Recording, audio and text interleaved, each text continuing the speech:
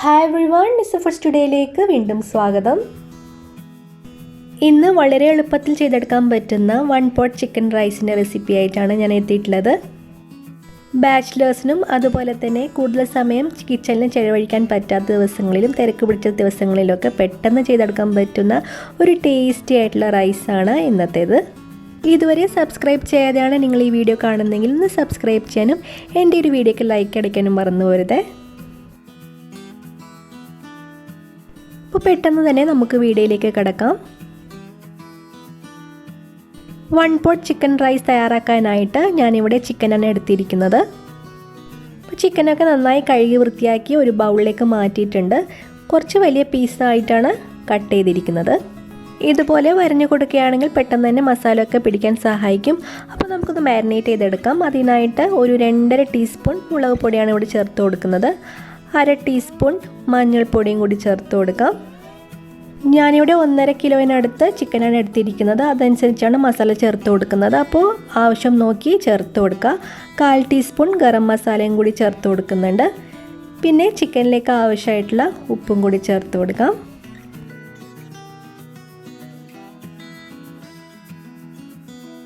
ഒരു 1.5 ടീസ്പൂണിനടുത്ത് ഇഞ്ചി വെളുത്തുള്ളിയുടെ പേസ്റ്റാണ് ചേർത്ത് കൊടുക്കുന്നത്.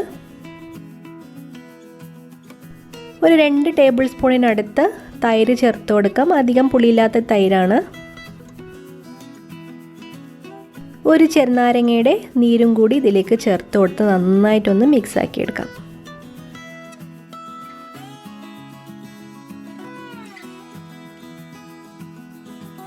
ഇനി ഈ ചിക്കൻ നമുക്ക് അരമണിക്കൂറിനായിട്ട് റെസ്റ്റ് ചെയ്യാൻ വേണ്ടി വെക്കാം. അതുപോലെ തന്നെ ഒരു 3 കപ്പ് ബാസ്മതി അരിയാണ് ഞാനിവിടെ എടുത്തിരിക്കുന്നത്. നല്ലതുപോലെ കഴുകി വൃത്തിയാക്കിയതിന് ശേഷം അരമണിക്കൂറിനായിട്ട് സോക്ക് ചെയ്യാൻ വേണ്ടി വെക്കാം. 1 പോട്ട് ചിക്കൻ റൈസ് ആയതുകൊണ്ട് തന്നെ ഒരു വലിയ പോട്ടിലാണ് ഇത് തയ്യാറാക്കി എടുക്കുന്നത്. അതുകൊണ്ട് ഒരു വലിയ സൈസുള്ള പോട്ട് തന്നെ ഇതിനായിട്ട് എടുക്കുക.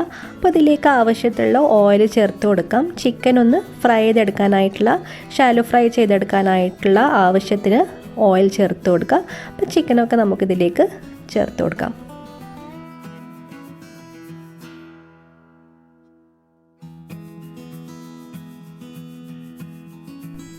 ചിക്കൻ ഒരു ഭാഗമായി കഴിഞ്ഞാൽ നമുക്കിത് മറിച്ചിട്ട് കൊടുക്കാം. അപ്പോൾ തിരിച്ച് മറിച്ചിട്ട് കൊടുത്ത് ഒരു ഗോൾഡൻ നിറമാവുന്നവരെ ഇത് ഫ്രൈ ചെയ്തെടുക്കണം.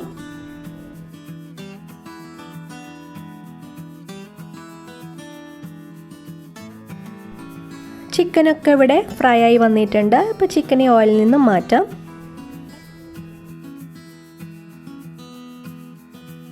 ബാക്കിയുള്ള ചിക്കനും ഇതുപോലെ തന്നെ ഫ്രൈ ചെയ്തെടുക്കാം.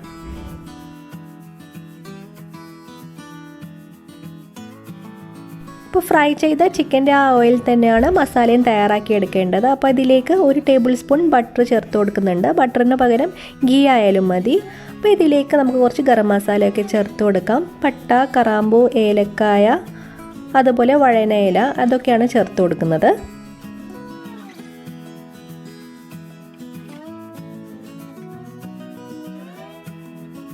ഇതിലേക്ക് തന്നെ ഒരു വലിയ ടേബിൾ സ്പൂൺ ഇഞ്ചി വെളുത്തുള്ളിയുടെ പേസ്റ്റും കൂടി ചേർത്ത് കൊടുക്കുന്നുണ്ട്. അപ്പോൾ ബിരിയാണിക്കൊക്കെ ചേർത്ത് കൊടുക്കുന്ന പോലെ കൂടുതൽ മസാലയൊന്നും ഇതിനാവശ്യമില്ല. അതുപോലെ തന്നെ ഒരു 2 ചെറിയ സൈസുള്ള ഉള്ളിയും കട്ട് ചെയ്തും കൂടി ഈ സമയത്ത് തന്നെ ചേർത്ത് കൊടുക്കാം. ഉള്ളിയൊക്കെ ഒന്ന് വഴന്ന് വരുന്ന സമയത്ത് ഒരു 4 പച്ചമുളക് നീളത്തിലരിഞ്ഞതും കൂടി ചേർത്ത് കൊടുക്കുന്നുണ്ട്.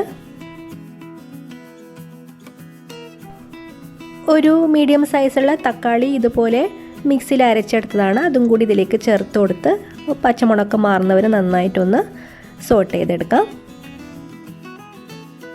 ഇതിലേക്ക് ഞാനൊരു 2 ചിക്കൻ്റെ ക്യൂബും കൂടി ആഡ് ചെയ്ത് കൊടുക്കുന്നുണ്ട്. അത് ഓപ്ഷനിലാണ്, കയ്യിലുണ്ടെങ്കിൽ മാത്രം ചേർത്ത് കൊടുക്കുക. ചിക്കൻ റൈസിലേക്ക് പ്രത്യേകിച്ച് മസാല ഒന്നും ചേർത്ത് കൊടുക്കുന്നില്ല. ഒരു ടീസ്പൂൺ ചിക്കൻ മസാല മാത്രമാണ് ചേർത്ത് കൊടുക്കുന്നത്. ചിക്കൻ ക്യൂബ് ചേർത്ത് കൊടുത്തിട്ടില്ലെങ്കിൽ ഈ സമയത്ത് കുറച്ച് ഉപ്പ് ചേർത്ത് കൊടുക്കാം. പിന്നെ ചേർത്ത് കൊടുക്കേണ്ടത് വെജിറ്റബിൾസ് ആണ്, ഓപ്ഷനിലാണ്, കയ്യിലുണ്ടെങ്കിൽ മാത്രം ചേർത്ത് കൊടുക്കുക. ഞാനിപ്പോൾ കുറച്ച് മഷ്റൂംസും അതുപോലെ ക്യാരറ്റ്സും മീഡിയം സൈസിൽ കട്ട് ചെയ്തത് ചേർത്ത് കൊടുക്കുന്നുണ്ട്. കയ്യിലുള്ള അല്ലെങ്കിൽ ഇഷ്ടമുള്ള ഏത് വെജിറ്റബിൾസും ഇതിനായിട്ട് യൂസ് ചെയ്യാവുന്നതാണ്. ഞാനിപ്പോൾ മഷ്റൂംസും ക്യാരറ്റും മാത്രമാണ് ഇതിലേക്ക് ചേർത്ത് കൊടുക്കുന്നത്. ഈ സമയത്ത് കുറച്ച് മല്ലിയിലയും പുതിനയിലയും ചേർത്ത് കൊടുത്തിട്ടുണ്ടായിരുന്നു. അതിൻ്റെ വീഡിയോ മിസ്സായി പോയതാണ്. അപ്പോൾ വെജിറ്റബിൾസൊക്കെ ഒന്ന് സോട്ടായതിന് ശേഷം നമുക്കിതിലേക്ക് സോക്ക് ചെയ്ത് വെച്ചിരിക്കുന്ന റൈസ് ചേർത്ത് കൊടുക്കാം. റൈസ് നമുക്ക് 2 മിനിറ്റിനായിട്ട് ഈ വെജിറ്റബിൾസിൽ വെച്ച് തന്നെ ഒന്ന് വറുത്തെടുക്കാം. ഇനി ഈ റൈസിലേക്ക് വെള്ളമാണ് ചേർത്ത് കൊടുക്കുന്നത്. ഞാനിപ്പോൾ ചൂടുവെള്ളമാണ് ചേർത്ത് കൊടുക്കുന്നത്. 3 കപ്പ് ബാസ്മതി അരിക്ക് 6 കപ്പ് ചൂടുവെള്ളമാണ് വേണ്ടത്. അപ്പോൾ ഈ സമയത്ത് ഇതിലേക്ക് ചേർത്ത് കൊടുക്കാം.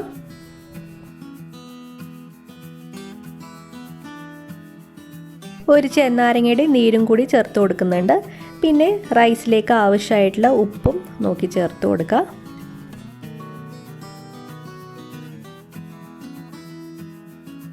ഇനി ഫ്രൈ ചെയ്തെടുത്ത ചിക്കൻ നമുക്ക് ഇതിൻ്റെ മുകളിലേക്ക് വെച്ച് കൊടുക്കാം.